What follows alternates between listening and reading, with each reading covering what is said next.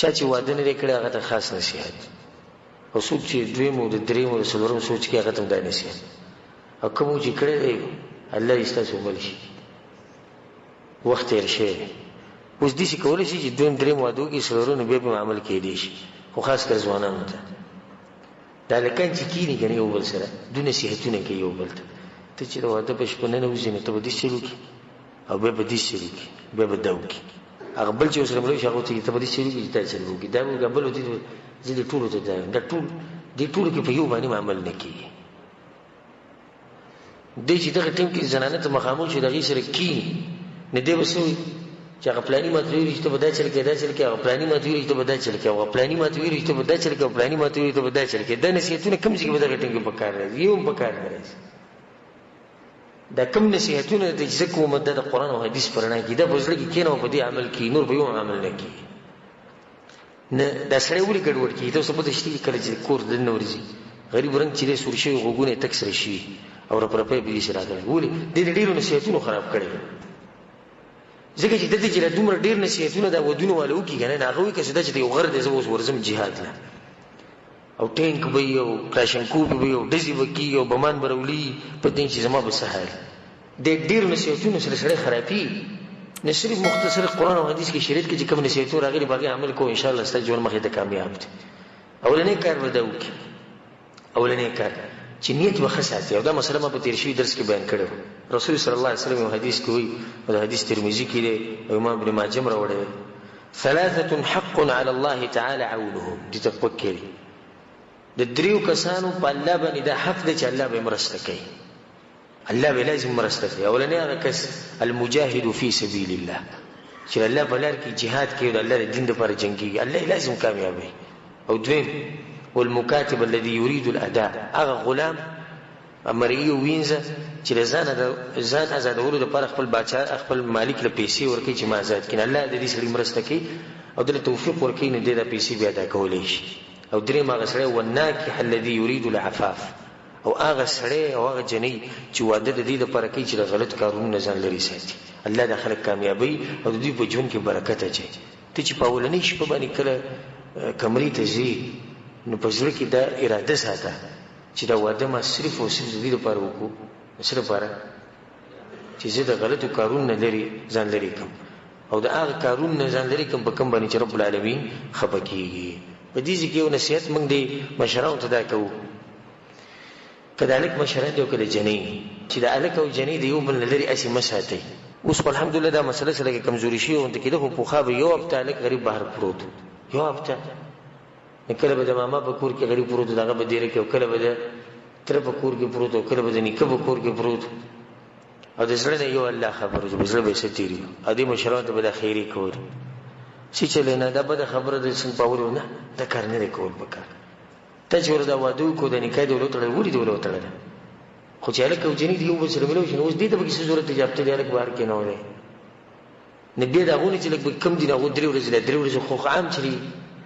نو اوس الحمدلله دومره لا شوې ده چې یو ورځ د خبره راغلې ده، خو بیا پکې مغه یو ورځ ده د دې یو ورځ تېرولو ته پکې څه ضرورت دی؟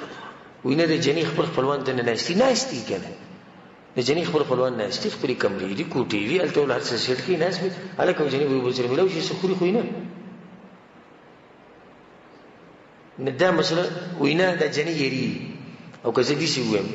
چې په دغه ټیم کې د جنۍ خیرې کوي دغه کور والا ته چې د کمره پسې دا خلک را جمع کړي دي او هلک غریب بهر پروت دی نو بیا هېڅ یېرېږي نه چې د پلار د کور نه دلته راځي دا طبیعت دی، دا د انسان طبیعت دی. جنۍ چې دی د هلک سره خوشحاله دا د هغې طبیعت دی نو هغه په دې خفه کېږي نه. نو دا ظلم زیاتی ختم کړي او په خپلو کورونو کې دا طریقه بلکل ختمه کړه چې څنګه واده وشي هلک او جنۍ دي یو بل سره دې میلاو شي. مېلمانه دي که نه مېلمانو ته چا څه ویلي نه دي مېلمانه که په دغه ورځ ناست څه حرج نه ده. ښه نو څه به کوې کله چې کمرې ته وردننه کېږي هر هغه هلک چې واده کوي یا د دویم درېیم اراده یې ده کله چې دننه کېدي کمرې ته نه ځان به ښکلی کېږي او په دومره حدودو کې به ځان ښکلی کړي کوم حدود چې د شریعت دي د هغې نه به اوړي نه. او ما په تېر شوي درس کې دا مسله بیان کړې وه چې ځینې خلک د واده په دې ورځ باندې حرام کارونه کوي او په هغې ځان ښکلی کوي او جنۍ له هم پکار ده چې ځان څه کړي ځان ښکلی کړي. الله سبحانه وتعالی په قرآن کې ولهن مثل الذي علیهن بالمعروف څنګه چې د سړو په دې ښځو باندې حق دی دغه شان د دې ښځو هم په دې سړو باندې حق دی. عبد الله بن عباس رضی الله عنهما د رسول صلی الله علیه وسلم ترس وی چې کله به درس وکړو او کور ته بدنتو نه د کور سره دروازې کې به د پټکي خپل برابر کو لاسونه به لمد کړو بده وختو کې به سوله ګیره برابر کړ. دا شاګردان چې ورسته پوښتنه کوي چې کور ته ځي روزانه دا چرکه توري دا چرکه هغه ته ویزه دې پر کوم چې خپل احکارم چې دنه نوشم ځکه چې زما د اصل کېږي او زما همیشه د خوخه د چې زما خزمه ته به دې حل کړه مخامخ چې خپوري نو دې به دا غیم د خوخه یې نه چې سره وردن شي د خپلینې د سوارو بینځي نو واده په شپه نه سوار لګولي تازه او وردن شي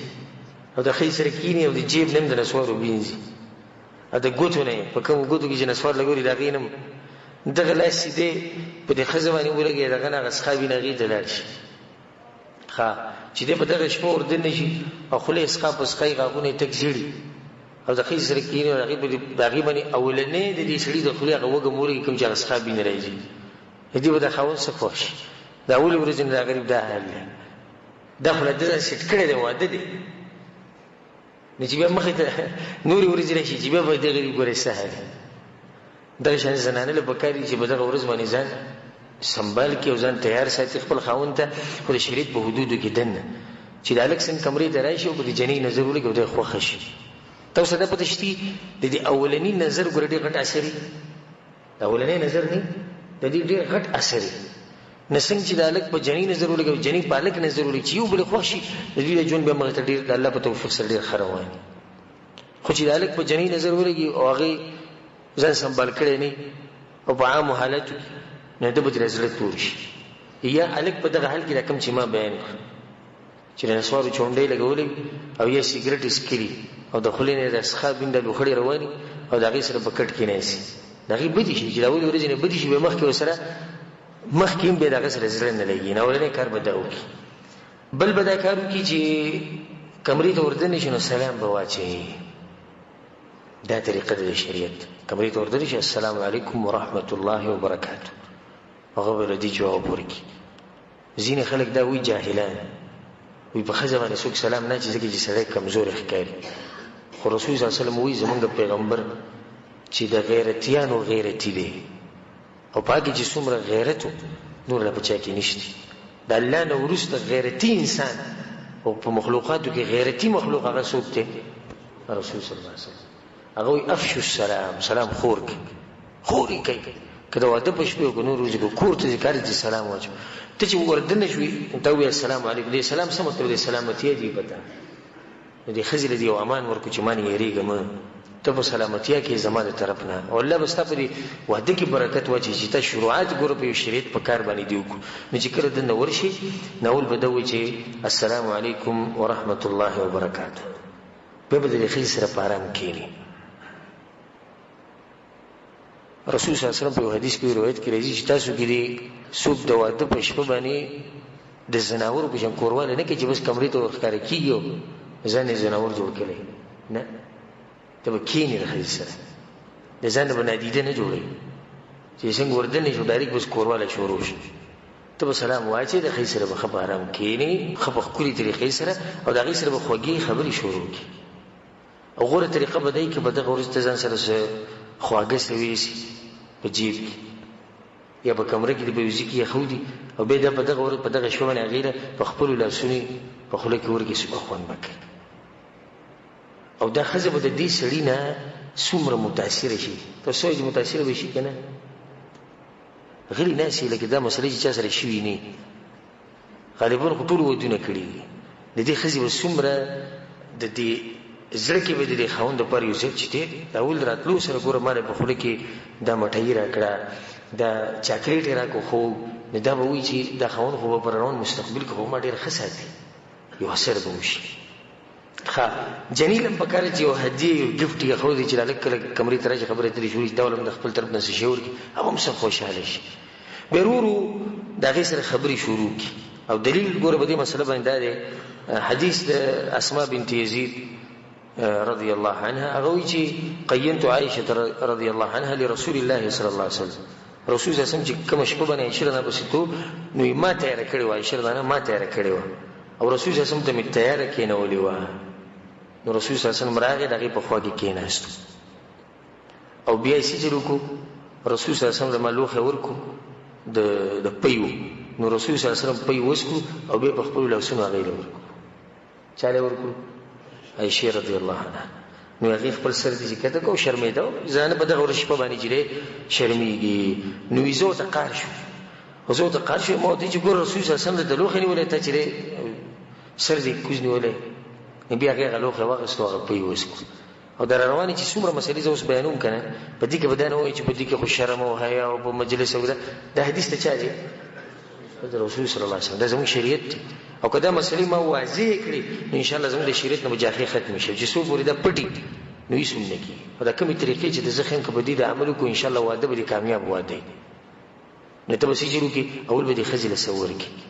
بیا به د هغې سره په ارام کښېنې، په د هغې سره به خوږې د مینې محبت خبرې شروع کړي چې نه ته کښېنو په نصیحتونو سره شي. زموږ د خلکو یو رواج جوړ شوی د مشرانو نه روان دی چې کښېني بس دی به تقریر شروع کړي. زما د مور پلار به ډېر خیال ساتي، زما د وروڼو به خیال ساتي، زما تره زامن نه ځي، ماما زامن نه ځي، کاکا زامن نه ځي. صحیح ده، دا نصیحتونه ورته وکړو. مونږ دا نه چې نصیحتونه مه کوو، صبر وکړه. نوي ده، نوي جنۍ ده، عمر به کمی، یریږي، لږ رعب پرې دی، کښېنه ورسره ښه په ارام خوږې خبرې شروع کړو. د اول نه د تقریر شروع کړو نو د هغې سره به ښه په ارام کښېني. بیا د دې ناستې مې یو طریقه مثال کې تو سره کښېناستې نو ورو ورو په دې خبرو کې ته د هغې په لاس مایلاس کېوي، د هغې په لاس مایلاس کې دې سره هغه مینې محبت هغه کم ماحول چې د هغه ښه زیاتېږي او دا ښځه به هم په دغه کې شي چې زما دا خاوند په ما مین دی. او بل دی چې هغې ته به ته ډېر سنجیده سړی ښکاره شي، ډېر سنجیده. خو چې کله ورته ته کښېنې اول خو بغیر سلام نه وردننی شي، چې څنګه وردننی شي نو دا پکې نشته چې څه خواږه څه دی ښځې له ورکړي، دا پکې نشته. بس ښځې سره به کښېني، ته داسې کار وکړې چې زما د مور پلار به ډېر سخت عزت کوي، خو د هغوی عزت دې ونه کړو نو زه به راسره دې سال وکړم چې چا راسره کړی نه وي. بیا به دې کور کې به دې ځای نه او طلاق کړي به مې د واده ورنۍ شپې ته وګوره، ته به د طلاق خبرې کوې او زه به دې ووایم او زه به دې دغه کړم. دې قیسو ته ضرورت څه دی؟ د هغې سره ته خوږې خبرې شروع کړې په ښه طریقه باندې. بیا رسول صلی الله علیه وسلم یو طریقه مونږ ته ښوولې ده، هغه ده چې کله ښه پوره ګپ شپ ولګېدی شو نو د هغې نه بعد دا پکار دی چې دوی 2 رکعته لمونځ وکړي او د خپل نوي ژوند شروعات په څه باندې وکړي؟ په منځ باندې. دې ژوند کې به ډېر سخت برکت وي. او د هغې دغه حدیث ابن مسعود رضی الله عنه او د ابو سعید مولا ابي سید مالک ابن ربیع دې حدیثونو کې دا مسله راغلې چې په کومه ورځ باندې سړی په کومه شپه باندې سړی په ښځې پسې ورشي نو پکار دی چې دویم 2 رکعته لمونځ وکړي او دا ښځه هم 2 رکعته لمونځ وکړي. ستاسو څه ګمان دی په دغه واده باندې او څه سوچ دی چې هغه د مانځه نه شروع شي نو دغه ژوند به مخکې کامیابي که نه وي؟ دا به کامیابي. ځکه چې شروعات د الله سبحانه تعالی په بندګۍ باندې وشو او بیا چې دغه ټینګ کې د په دې سجده کې الله تعالی سوال وکړي چې یا الله زما د واده د ژوند وشروع کېږي، ته پکې برکت واچوې، ته ماله طاقت راکړې، ته ماله توفیق راکړې، څومره ښکلی ژوند به د دې سړي. دا په دغه ورځ باندې دا کار کول پکار دي. د هغې نه بعد که بالفرض دې ښځې له د کوروالي دعوت ورکړي او ښځې ورته ووایي چې نه، ځکه چې ښځه په دغه ورځ باندې ناشنا ښځه ګوره پردۍ ښځې راشي एकदम د سړي سره ملاو شي، لازم په هغې باندې روی وبي. نو که بالفرض د ښځې دې منع کړو چې نه نن به نه کوو نو دی به څه کوي؟ خپله به یې راټینګه کړي؟ نه، په دغه ټیم کې به دې حالاتو ته وګوري چې دا ښځه په روب کې ده، په یره کې ده، هېڅ خبره نه که دی یوه شپه یې د واده د اولنۍ شپه چې د بغیر د کوروالي نه تېره کړي بس دې به هم ځان غلی کړي. دې ته سنجیده انسان وي، هوښیار انسان. ګوره هوښیار انسان هغه چې د مخامخ سړي هغه حالاتو سره چې دی ګزاره کوي او د هغه په هغه حالاتو باندې پوهېږي. د مخامخ سړی اوس په یره کې دی، پردۍ زنانه एकदम په ما پسې راغله او एकदम زما کور ته راغله، زه خیر زه به ګزاره وکړم. لکه ده ورته دعوت ورکړو او هغې انکار وکړو نو څه خبره نه ده. ښه بیا که بالفرض هغې انکار ونه کړو او دی کوروالی کول غواړي د هغې سره، دا کوم هلک چې واده کړی د کورواله نو کورواله په هغه طریقه نه کوم چې رسول الله صلی الله علیه وسلم په حدیث کې منع کړی د زناورو په شان एकदम دزو کورواله شروع شو نه دا غیر مخکې ډیر کارونه چې هغه د عربی کې مقدمات وي او دا غیر سره د موسم او د حالات دي چې د مینه محبت نه ډک شي ځینې کسان وایي چې شیخ سره کوم خبرې کوي دا زموږ د شریعت خبرې او دا خبرې همغه خایو علما چې دي علما د دې امت لپاره دي چې لکه پلار چې د زوی لپاره نو دا پلار بچی د هغه خبرې خي په کوم کې چې دې بچی پایدې خي وته کنه خي وته دغه څنګه علما د امت ته د مسلې خي په دې باندې کتابونه لیکل شي رسول به موږ نو خو زموږ په معاشره کې خلک مولوی سي خبرو ته نه پری او موږ خو الحمدلله په خلکو کې چې حق وایو په هر ځای کې خپل مسله بیانو که څوک خبر کیږي څوک خوشالي نه دو کورواله د مخ کې مقدمات دي خزخ کولول یا خزخ خپل خاون خولي د یو بل سره لاس لګول یو بل سره غب شپ لګول یو بل ته نږدې کېده لکه مزاح کول کته په دغه ټیم کې د خزه وخاندې خزه سره وخاندې دې سره به د حالت خبره برشي بلکې شریعت څه وي دروغ حرام دي سوی د درې زینونه چې په دې کې دروغ ویل شي اولنې چې دوه کسان په منځ کې جوړ راوړي دویم په جنگ کې jihad کې دوکي ورکول لپاره دریم خزه او خاون او په دغه شپه باندې چې خزه خاون یو بل ته سونه بندلې ولې دې ته پوس مکو او دیو شریعت اجازه ورکړي ورته کې چې مين محبت لپاره خو وسنه سوي کړي نو اوس دې خزه ته وي سوره کولې ښکاري لکه سپومې خکه وسغه د سپومې په شان نه نو دا دروغ شو کنه شو دروغ اجازه شته وای خیر خدیو ته دویا سمره تاسو ما چې ته ولې دې زما په دې ځړې دوه سره کو چې زبا د مرګ پورې صرف تاسو سره جون تیرو دروغ د مستقبل نه خبر دي چې دې سبا جنگ وشي دغه شي د دوه مودو کې درې وو کې سلورم خیر دی وی هیڅ خبر نه جنې وتم دوی خدای چې ته زما جون لراله او کته نه نو زما وګورې سکی دي دا شی خبره وکړه یا د خزه خاوني وبته خزه دي خاون ته وي کته مړ شي نو زب مړ شم دا خبره ډیره کوي د خزه کته مړ شي اجي دا غریب مړ شي چې ډیره په مینه یو رسول به شلو سوري به شي خپي بیا ورسته خلک چې دا مړ شي بخیل انسان او ځان له پوزي لراوستو نو بیا خبره چی شو هغه کوم چې مخکې کوله چې کته مړ شي زب مړ شم خدا دا خاون اکثر د خزه ته وي ستاره پر خو زما سرو قربان دي سرو وړه سر بدل درکم په پلیټ کې امید کټ کړی دروي ناغو ته به وي 100 روپۍ راکړه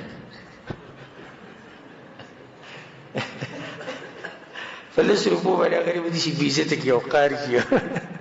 نته هوته نو واده پښپ باندې چې سر درې په درکو نه د دې قسمه خبرو شریعت اجازه ورکړي ولې شریعت تم دې مسلې پته دي چې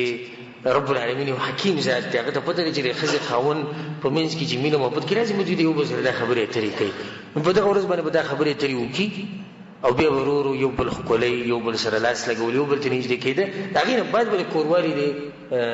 درجه ته دغه مرحله ته اوري رسول صلی الله علیه وسلم په حدیث کې وایي چې کړه تاسو کې وسړې کورواله کوي نه هغه یو دوه دواګانې وي اولنی دوا دا ده چې د دې خزي په تندي باندې بلاس کی او دا دوا بوجه اللهم اني اسالك من خيرها وخير ما جبلتها عليه واعوذ بك من شرها ومن شر ما جبلتها عليه الله زستانه د دې ځانه خیر غواړم او په دې کې چې تا کوم خیر اچولې او دا غ شر نه پنای غواړم پنای نسم پتا پوری کم شر چې بدی زنانه کړي او کم شر چې بدی کې تا چولې یره دی په فطرت کې پروت دی وګوره څومره خولي دوا ده چې زه د دې خیر صرف غواړم بس دغه چې کم شر دغه نه غواړم دا دوا ووي او دا دواګان یاد کی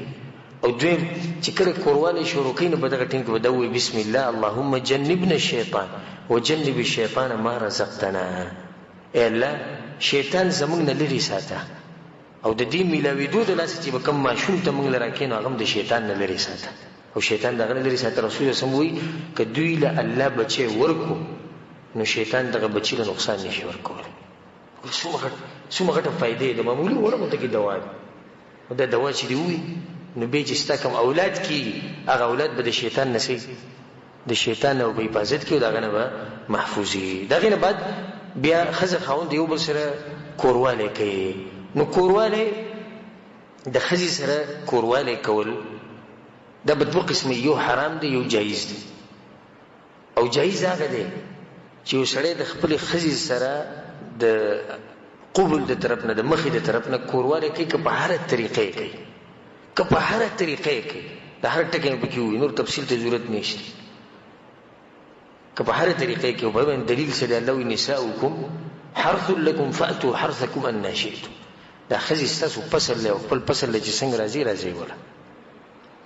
ځکه ماته اوس اکثر مخکې وي چې څوک بدانوي چې شیخ صدا مسلې وری بیان الله ګوره دا خبره کوي رب العالمین وي خزي ستاسو فصل له فصل له چې څنګه راځي ولا نه کدی د شهادت طرف راځي. د شهادت طرف نه ګوره مطلب دا نه چې د دبور کې کورواله کوي، د شهادت طرف نه کورواله کوي خو مخې ته کوي یا د مخې طرف نه کوي یا په بل څه طریقه کوي. په ولاړه ناس چې کومه طریقه د جایز ته په شریعت کې.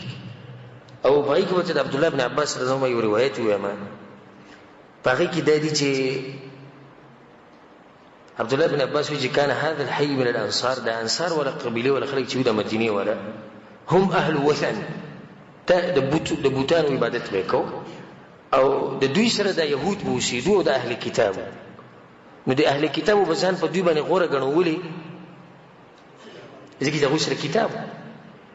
نو ډېر مسلې به د انصارو د چانه زده کولې، د يهودو نه زده کولې. او يهودو کې دا مسله وا چې هغه به د خزي سره کورواله په دې طرف باندې کو، په دې سیډ باندې وکړو، یعنی د خزي باغ طرف ته مخ او سړي به سره کورواله کوي. وایي چې دې کې خزه پټي خزم پټي او سړی چې دې ښکاری نه اخزي ته.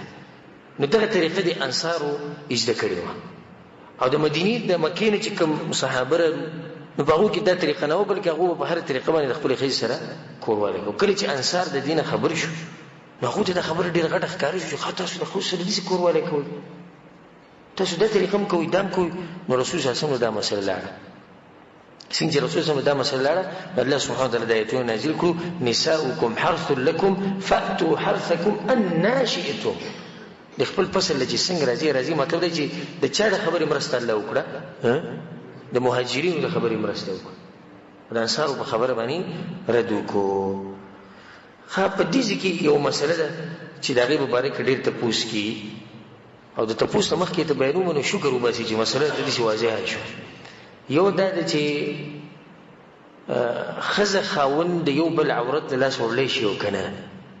نو دې کې هېڅ حرج نشته، بالکل وړلی شي.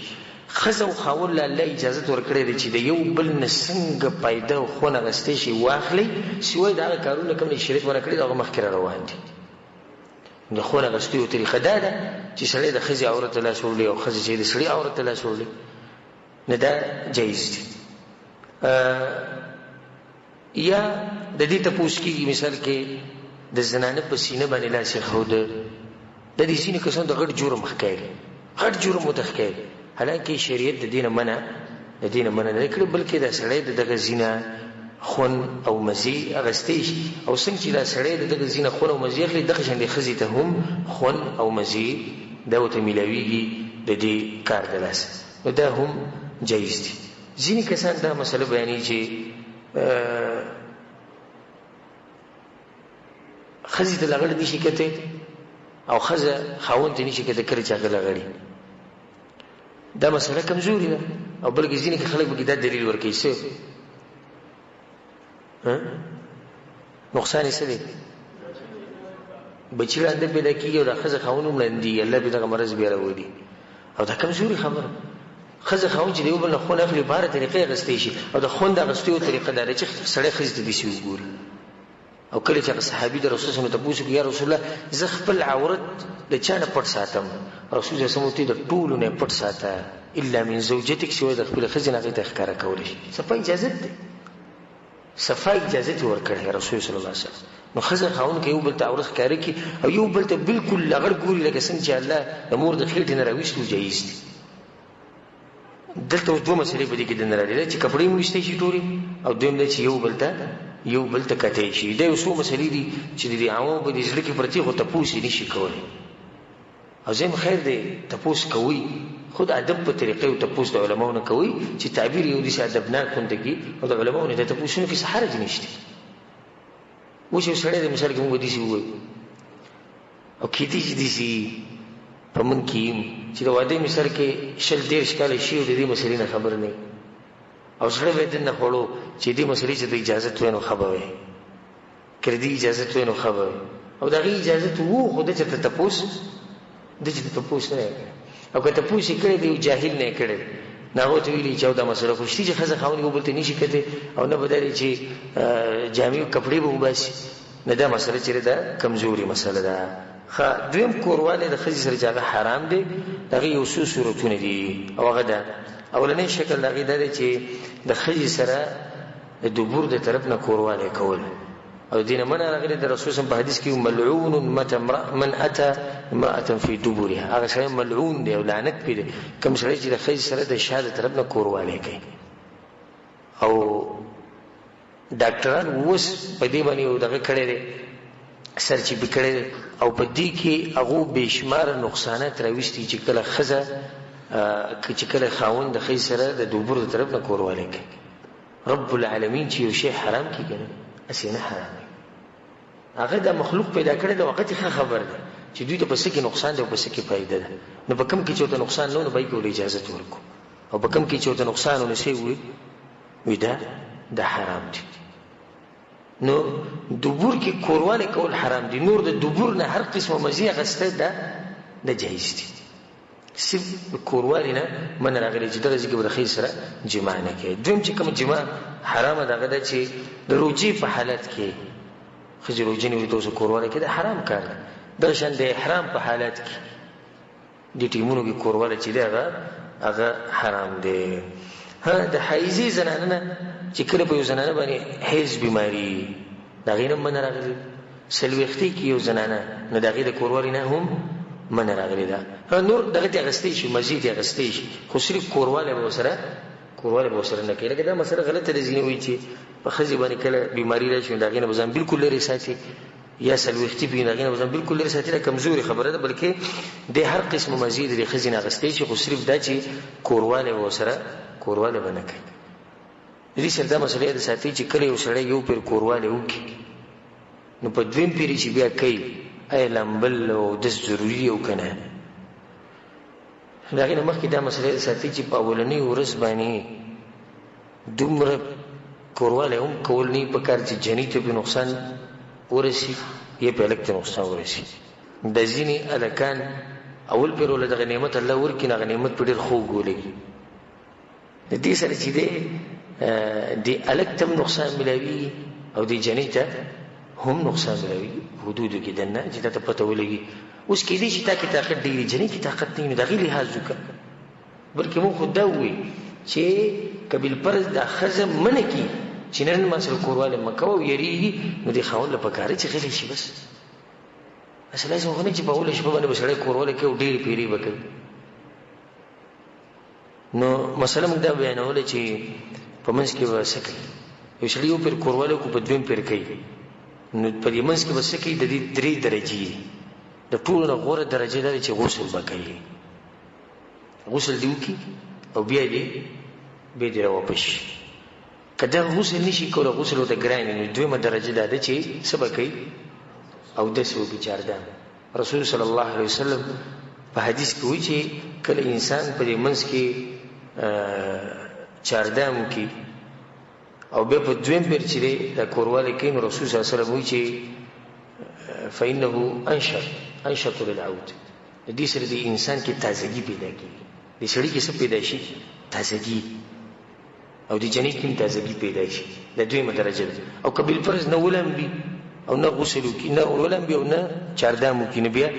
به څه ګناه نشتی دا کار جایز دی خو غوړه طریقه ده چې غسل وکي که غسل نشي کولای چاردام دیوږي او که چاردام هم نه کوي نو ګناګاریږي نه خو غوړه طریقه سکړه غوړه طریقې پرې خو دا دلته دا مسله ده ساتي چې د ځینې کسان به دا چل کوي چې سحر راپاسي او دا بغیر توپ غټه نه خل الله ته مونږ لري ساتي سحر چې راپاسي نو بیا خپل مرګرو سره کیری ما خو دوره پیری پرم کورواله هغه نور ورته هم نه چې قصې اوري مزې اخلي د حرامو خبرونه دا خو دې ډېر تکړه وو دا خو دې دې شو د دې شو دا طریقه مې وکړه دغه طریقه ښځې راته دا ووي ما ورته دا ووي اعوذ بالله دا د بې غیرتوب غټه نښه ده چې سړی د خپلې ښځې حالت بهر بیانوي ما ورسره دا چلوک ما ورسره دغه چلوک ښه دې قصه کوي دې قصه کوي او د دې ملګرو سوچ کم طرف ته تللی دغه ښځې مبارې کې سوچ کوي او ښځه بیا سړو ته چې دا خبرې کوي خاوند راته ده ووي ما ورته ده ووي نو ښځه هغو ته قصې کوي او هغو د چا سوچ کوي هغو دغه سړي سوچ کوي دې د سره کورونه تباه شي رسول صلی الله علیه وسلم دې قسم خلکو مبارې کې سخت وعید بیان کړی دی او دا ویلي چې دا یو شیطان د شیطان سره ملو شو نو وسایل خپله خبره وکړه څه ضرورت دی چې انسان د واده د شپې خپل حالات بیانوي او زما ښځې ما ته دا ووي او ما ورته دا ووي دا څوک بهر نه بیانوي اوس یو سړی ډاکټر پسې ورغی یو عالم سره کېناست خپله یو مسله بیانوي دې کې هېڅ حرج نشته خو هسې ملګرو ته دا قسمه خبرې کول هغو ته فایده اخلي او د ځان نه بغیرت جوړ کړي دا حرام کار دی سهار چې کله دی راپاسي نو د غسل دا مسله ده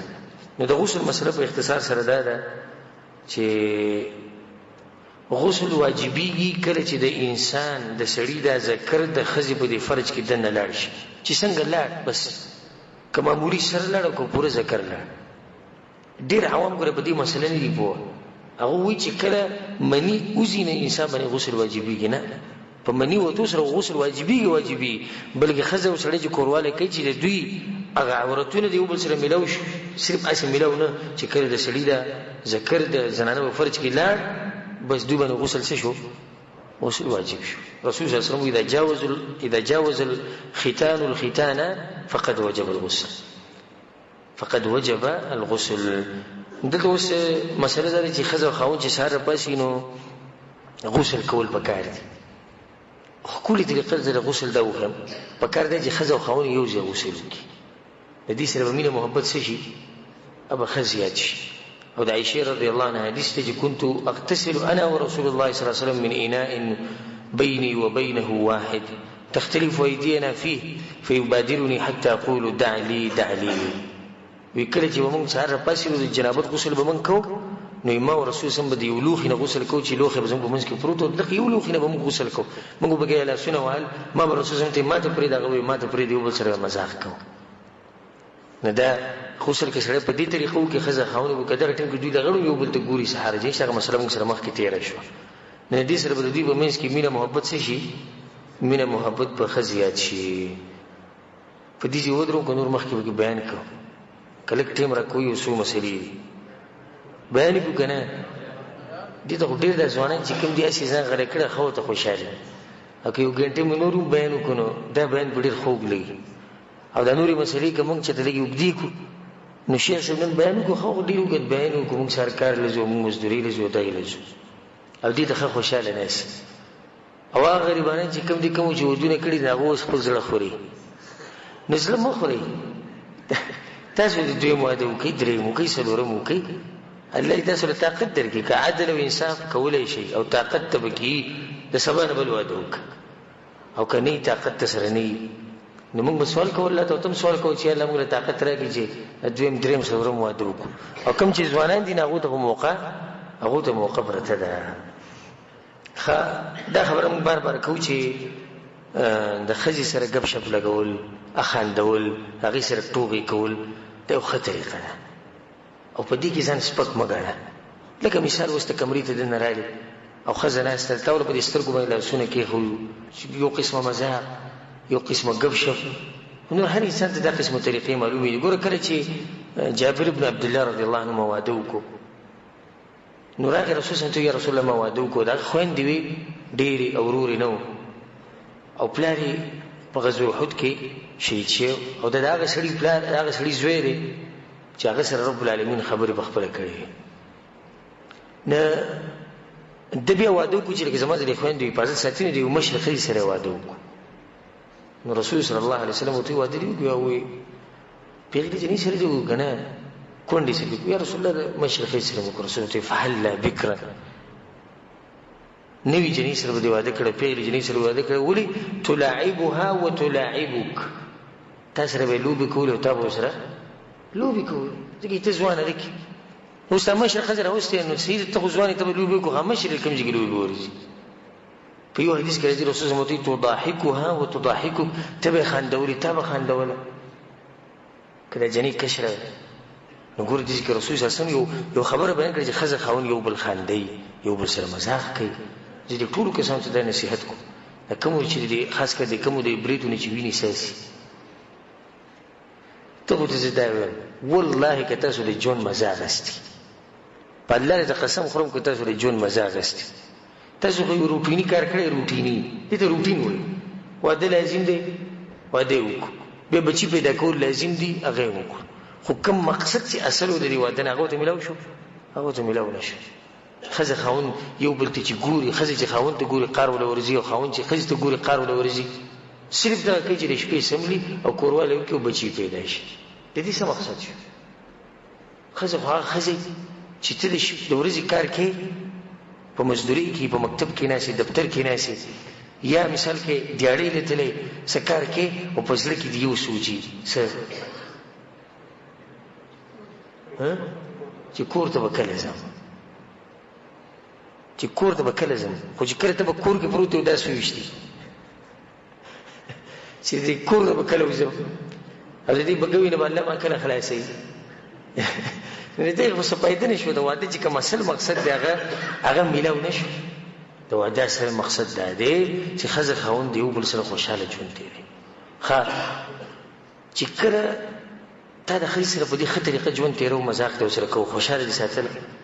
نو د دې سترګې به همیشه په کوم ځای په کور کې په دروازه وي چې کله به هلک راځي او یو دغه طریقه ده دا کومه چې عامه روانه ده نو بیا دا ښځه دا سوال کوي چې یا الله بېروزګاره کوی د سره امان ځکه چې په دې باندې ځان یو بوج پروت دي چې دا خاوند په دې کور کې پروت دی خبرې هغه نه کوي